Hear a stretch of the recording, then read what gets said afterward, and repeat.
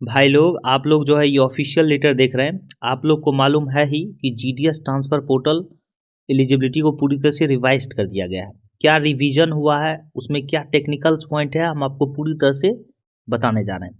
अगर 1 साल में ट्रांसफ़र लेना है तो आपको जो रूल्स को फॉलो करना पड़ेगा। अगर रूल्स को फॉलो नहीं कीजिएगा तो आप 2 साल में चले जाइएगा, 2 साल में ट्रांसफ़र होगा। और जिनका 2 साल वाला एलिजिबिलिटी है वो दुखी हो रहे हैं कि हमारा 2 साल हो गया है, वो 1 साल में ट्रांसफ़र ले सकते हैं। उसके लिए भी इसमें प्रावधान है। किन कंडीशनों में होगा हम आपको बताएंगे। उसके बाद कूलिंग ऑफ पीरियड के रिगार्डिंग बताएंगे, म्यूचुअल के रिगार्डिंग पूरी तरह से इसमें एक एक पॉइंट बताएंगे जिससे कि आप जल्द से जल्द ट्रांसफ़र ले सकें।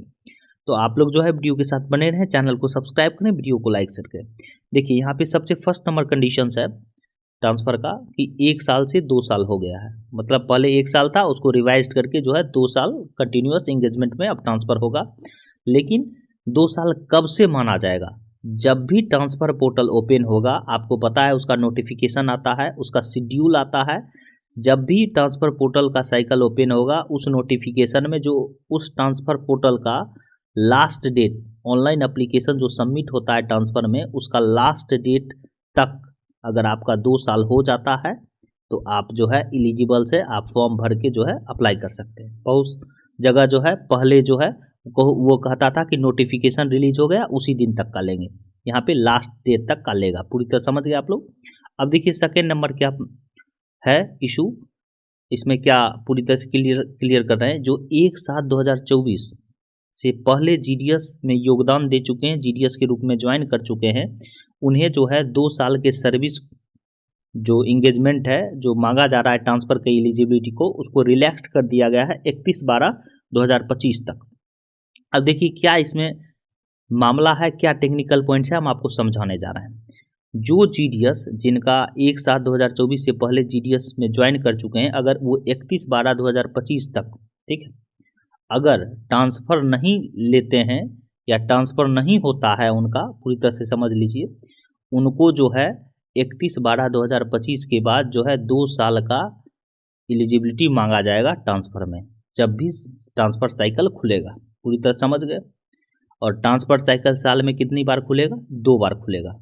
एक बार जो जो है जून में, एक बार दिसंबर में। इसी प्रकार से 2 बार अपना है, 2 बार वही जून दिसंबर में होगा ट्रांसफ़र पोर्टल। इसीलिए जो भी जीडीएस 1/7/2024 से पहले ज्वाइन किए हैं उनका ट्रांसफ़र हो जाना चाहिए 31/12/2025 तक। पूरी तरह से समझ गए। ये रिलैक्स्ड है, यहाँ पे दे रखा है।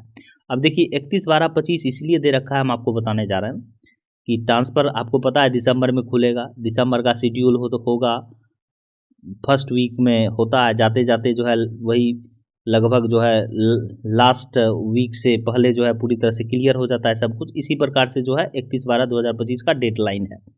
और 31/25 मान लीजिए कोई जीडीएस जो है वो जून 24 में ही ज्वाइन किया, लेकिन उनका 25 तक 31/12/25 तक उसका ट्रांसफ़र नहीं हो पाया। ट्रांसफ़र नहीं हो पाया तो अगर उसके बाद जो है ट्रांसफ़र पोर्टल ओपन हुआ तो उसके लिए 2 साल का ही एलिजिबिलिटी कंडीशंस रहेगा। पूरी तरह से यहाँ पे क्लियरली मेंशन कर रखा है। पूरी तरह समझ गए आप लोग। अब देखिए म्यूचुअल ट्रांसफ़र के रिगार्डिंग क्या है। म्यूचुअल ट्रांसफ़र के लिए रिगार्डिंग जो है 1 साल का पूरी तरह से रहेगा। 1 साल में ट्रांसफ़र ले सकते हैं। तो जो रो रहे हैं कि हम मेरा 2 साल हो गया, तो म्यूचुअल ट्रांसफ़र जो है ऑनलाइन माध्यम से होगा। म्यूचुअल खोजिए, उसका भी 1 साल, आपका भी 1 साल ट्रांसफ़र के लिए आवेदन दे दीजिए और जो है अपना म्यूचुअल करवा के आ जाइए, कोई दिक्कत नहीं है, 1 साल में आपका ट्रांसफ़र हो जाएगा। अब देखिए इसमें नंबर ऑफ चांस के रिगार्डिंग, मेल जीडीएस के लिए 2 चांस, फीमेल के लिए 3 चांस। लेकिन उसमें क्या है कि आप लगातार 2 बार नहीं ले सकते। पहले जो है लगातार ले लेता था, क्योंकि आपको पता है कि 3-3 महीना पे आता ही था, लगातार ले लेता था ट्रांसफ़र। 2 बार अपना जो है पूरी तरह से यूज़ कर दिया, लेकिन अब नहीं हो पाएगा। अब जो है पहला ट्रांसफ़र लीजिएगा, उसके बाद जो है 1 साल का गैप होगा, वो मेल के लिए भी और फीमेल के लिए भी। उसके बाद ही जो है दूसरा आप ट्रांसफ़र ले सकते हैं, ठीक है? पूरी तरह समझ गए? मेल के लिए 2 चांस ले सकते हैं, फीमेल के लिए 3 चांस ले सकते हैं। और अब जो है एक सवाल में क्वेश्चन्स आएगा कि भाई जो है मैंने मई में जो है पोर्टल खुला था 24 में, अब जो है फिर दिसंबर में ट्रांसफ़र लेंगे तो मेरा हो पाएगा? नहीं हो पाएगा, क्योंकि आपका मई जो है लास्ट डेट देखेगा, उसके बाद जो है 1 साल दिखेगा, तभी जो है आप ट्रांसफ़र ले सकते हैं। पूरी तरह से इसमें क्लियरली मेंशन कर रखा है, ठीक है? अब जो है आपको पता है कि लेवल की रिगार्डिंग है, जो बीपीएम लेवल 1 है वो बीपीएम लेवल 1 में ही जाएगा, ये बीपीएम लेवल 2 में चला जाएगा। स्लैब का मामला है यहाँ पे 10,000 12,000 सेम स्लैब में जाएगा, 10,000 10,000 12,000 12,000 14,500 14,500। ठीक है, ठीक है। लेवल 1 में ही जाएगा, लेवल 1 बीपीएम, लेवल 2 ये बीपीएम डाक सेवक में भी जा सकता है। आपको पता है ये टीआरसीए का मामला है, इसमें कोई दिक्कत नहीं। यहाँ पे क्लियरली मेंशन कर रखा है कि हाफ ईयरली बेसिस पे खुलेगा, और जब भी ट्रांसफ़र पोर्टल खुलेगा वैकेंसी से पहले खोला जाएगा। मतलब अगर कोई वैकेंसी आने वाला होगा, उससे वैकेंसी आएगा उससे पहले खोला जाएगा, जिससे कि ट्रांसफ़र पोर्टल में जो है पूरी तरह से सीट ज़्यादा हो, और ट्रांसफ़र जब बच्चों का हो जाए तब सीट जब बचेगा उसको जो है कोई वैकेंसी में डाला जाएगा। पूरी तरह समझ रहे हैं। ऐसे होता था कि जो है शेड्यूल का कुछ और चल रहा है, ट्रांसफ़र वैकेंसी का कुछ और चल रहा है, उसके बाद ट्रांसफ़र का कुछ और चलेगा, तो इस तरह का मामला नहीं है। पूरी तरह से क्लियर कर दिया। तो इसमें बहुत सारा सीट रहेगा ट्रांसफ़र वाले में, तो आपको कोई दिक्कत नहीं है। अब देखिए यहाँ पे क्या दिक्कत है।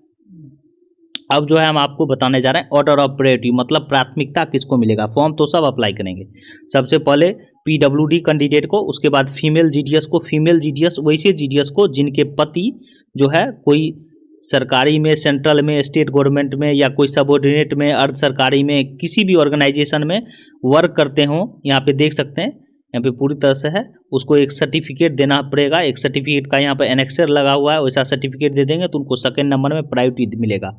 जो फॉर्म जिस प्रकार से अप्लाई करेंगे उसके हिसाब से प्रायोरिटी है। उसके बाद मेल जीडीएस को मिलेगा अगर उनकी पत्नी जो है जॉब में होगी, इस प्रकार से। उसके बाद 4th number date of engagement में होगा। ठीक है, डेट ऑफ इंगेजमेंट जिसका ज़्यादा होगा, 5th नंबर में फीमेल होगा। ठीक है, उसके बाद 6th नंबर में डेट ऑफ बर्थ होगा, और 7th नंबर में जो है जो पहले एप्लीकेशन को फॉर्म फिल करेगा ट्रांसफ़र का। ठीक है, पूरी तरह से आप लोग यहाँ पे समझ चुके हैं। तो आप लोग पूरी तरह समझ गए कि यहाँ पे क्या है क्या नहीं मैटर है, हम आपको पूरी तरह से क्लियरली कर दिए, कोई दिक्कत नहीं है। अब देखिए कुछ लोग का क्वेश्चंस होगा।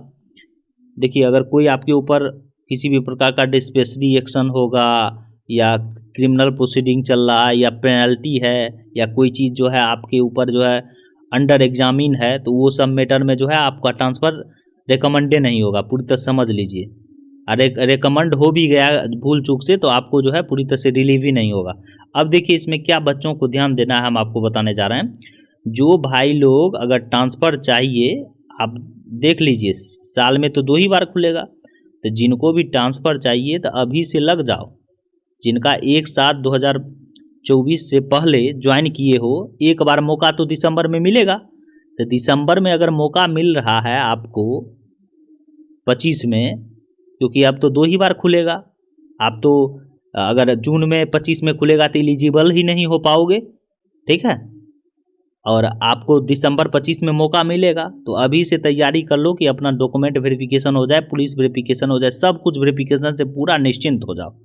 ठीक है, निश्चिंत हो जाइएगा, ट्रांसफ़र मिल जाएगा। नहीं इसी प्रकार से आप सोते रहिएगा तो ट्रांसफ़र नहीं मिलने वाला है, पूरी तरह से समझ लीजिए। नहीं तो म्यूचुअल ट्रांसफ़र खोजिए, म्यूचुअल से जो है आपका ट्रांसफ़र हो जाएगा। तो अगर वीडियो पसंद आए तो चैनल को सब्सक्राइब करें, वीडियो को लाइक शेयर करें। Thank you.